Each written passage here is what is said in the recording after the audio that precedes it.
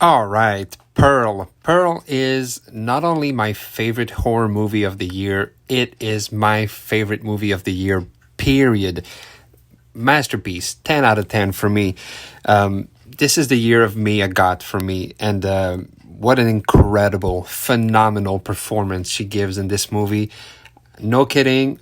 I had tears streaming down my face in theaters when she gives that monologue near the end of the movie. It just really took me by surprise, and I'd already loved X so much when I saw that in theaters. So it's not that I was kind of doubtful, but I didn't know if Ty West could, really pull it off again. But having both movies filmed back to back, I wasn't really sure what to expect. But wow, incredible. That's by far my favorite movie of the year. I loved it so much. In fact, I actually got a pearl tattoo. Yes, that's right. Believe it or not, I did. You can see that on my profile if you want to. But yeah, incredible. 10 out of 10. Mia Goth, I hope she gets the recognition she deserves because that is an insane performance. Love the movie. And I can't wait to watch it again. Next up, we have X, which I just mentioned, 9.5 out of 10. But honestly, you guys, it's just as good as Pearl. It just, for me, Pearl was on a personal level for me, just a little better. But they're both amazing. They're both like near flawless movies.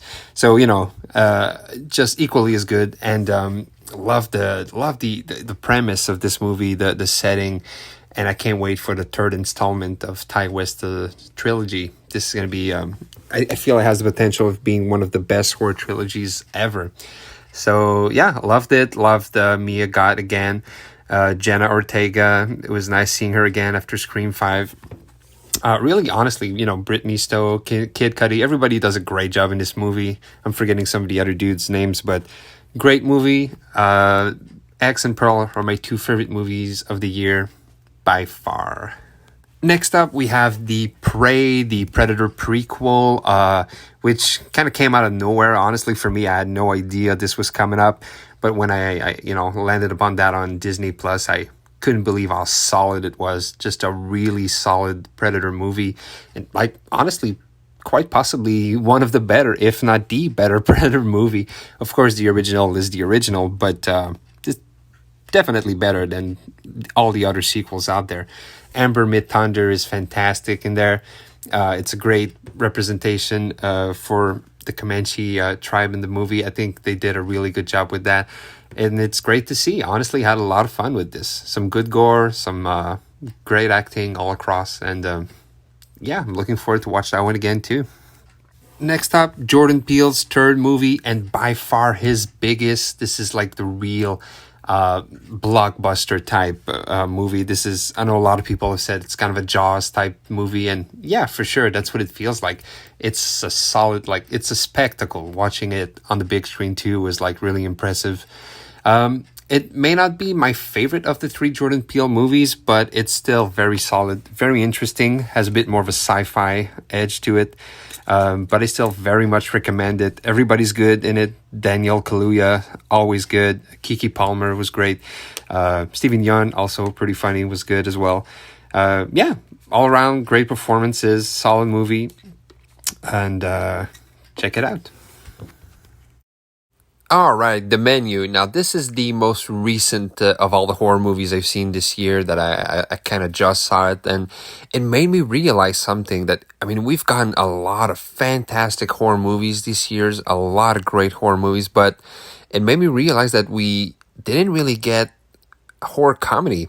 And, I think a lot of horror movies this year were very dark and, moody, atmospheric, creepy, which is great and all, but The Menu is actually hilarious. And I say that at least for me, myself, I was in the movie theater. A lot of people were laughing, but I realized that a lot of the times I was kind of laughing alone, but I thought the movie was really funny. And so I'm happy to say that this is probably the best horror comedy this year. I know a lot of people would say maybe it's a bit more of a thriller, not quite horror, but it's got those elements in there. And look, hey, I really enjoyed this movie. I really dug it. I love that the trailer, it didn't quite it gave me the feel of like maybe a Hunger Games battle royale kind of Saw type thing, and ultimately it's really not that. And I'm not gonna say, I'm gonna let you guys check it out for yourselves, but I thought it was really funny. Anya Taylor-Joy and Ralph Fiennes are great. It was nice to see Anya again after first time I saw her was in The Witch, and I love that movie as well. And then I haven't really seen the other stuff that she's done since, like The Queen's Gambit and all that. But yeah, they're both fantastic here. The movie's really funny. The whole it's definitely a satire, making fun of the fine cuisine and the rich people who will pay exorbitant money for those experiences, for that. And there's, I feel, a lot of messages in there that I would probably get even more out of it if I were to watch it a second time. So I'm sure I will in the nearby future. And yeah, very funny, very cool little movie there. Check it out. All right, Scream 5, aka Five Cream, honestly was much better than I thought it would be. Like, I was genuinely surprised by how much I ended up liking this movie. Yeah, it's kind of the first movie all over again, no doubt about that. It's a legacy sequel, but hey, it's a pretty damn legacy sequel, if I must say. Surprisingly enjoyed a lot of the new characters. Again, like I said, Jenna Ortega. And I just, was kind of surprised how much I enjoyed this one, especially after the Fort movies, the new cast they had in the Fort one, I just could not care about at all. But here, I actually enjoyed a lot of the new characters, so much so that it felt to me like we almost didn't need to have Sydney and Gail and Dewey. So it'll be interesting to see what they do in the upcoming sixth movie. And honestly, it's just a good time. Nothing too special, nothing incredible, but it does the job, and I think it's a pretty good legacy sequel. All right, The Black Phone. Now, this is one that I honestly, when I sat down to look back at all the horror movies I watched this year, I had admittedly kind of forgotten about it. But that's not to say that it's not good. It's a great movie. Look, Ethan Hawke is honestly scary in this movie, and he does a great job. It's nice to have him reunite with Scott Derrickson. They worked together on Sinister.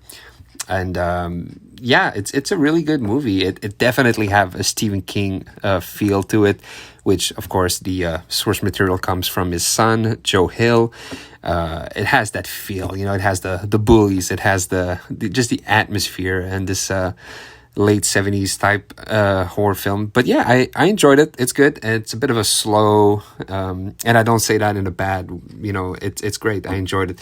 It's just that ultimately I think it probably could have been better, and a lot of it is kind of ambiguous how everything works in this movie. It's never really explained, but it's fun. I enjoyed it. It's pretty solid. Check it out. All right, Crimes of the Future. Now, this was such a cool premise, and I love body horror. I love some good gore. Cronenberg obviously is a master in this department. So this was a very interesting premise. I just feel like ultimately it didn't quite pay off. The ending of it specifically was kind of very anticlimactic. And yeah, it's kind of a slice of life thing where you're just kind of with these characters for a while, and it's not really, the format of it doesn't feel like a movie as much as, like I said, a slice of life.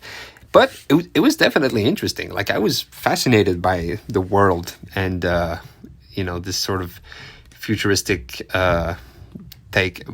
Honestly, it's not a movie that I would want to watch again, like, soon. But I'll definitely go back to it one of these days. And visually striking, there's a lot of creepy imagery and interesting body horror stuff that, like I said, Cronenberg's the master of that. So it's still very good. I would still suggest to, go ahead and check it out for yourself. I enjoyed it, but like I said, just the payoff ultimately just wasn't quite there. All right, Halloween Ends, aka Corey's Story. Just kidding. I honestly ended up liking this movie a lot more than I thought I would. So, make of that whatever you will. I think it's a decent movie. And I think that as a side story, it would have worked a lot better. the problem. The big issue for me is having it being attached to the previous two movies. In If you think about the end of a trilogy, then yeah, this is not satisfying at all. But as a side story, without Michael Myers completely removed from the equation, I think that it could have been pretty good. It could have been pretty interesting. And I still ended up enjoying a lot of it.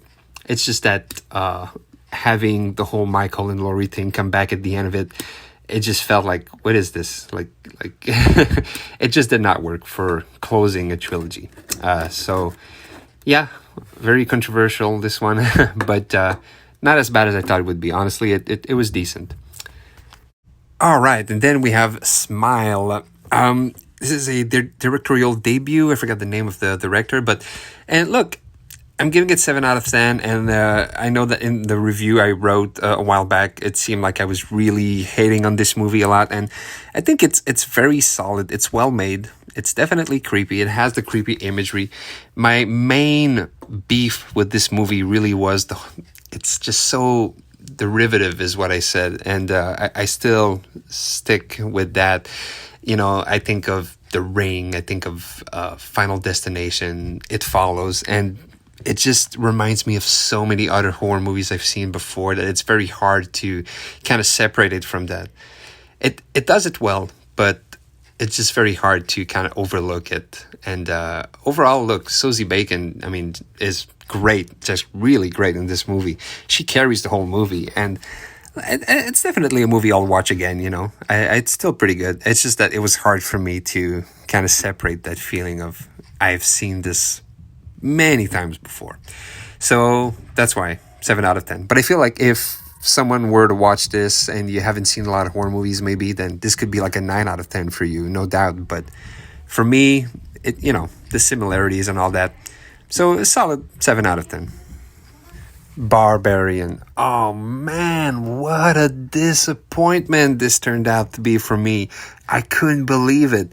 I love the first 45 minutes of this movie so much.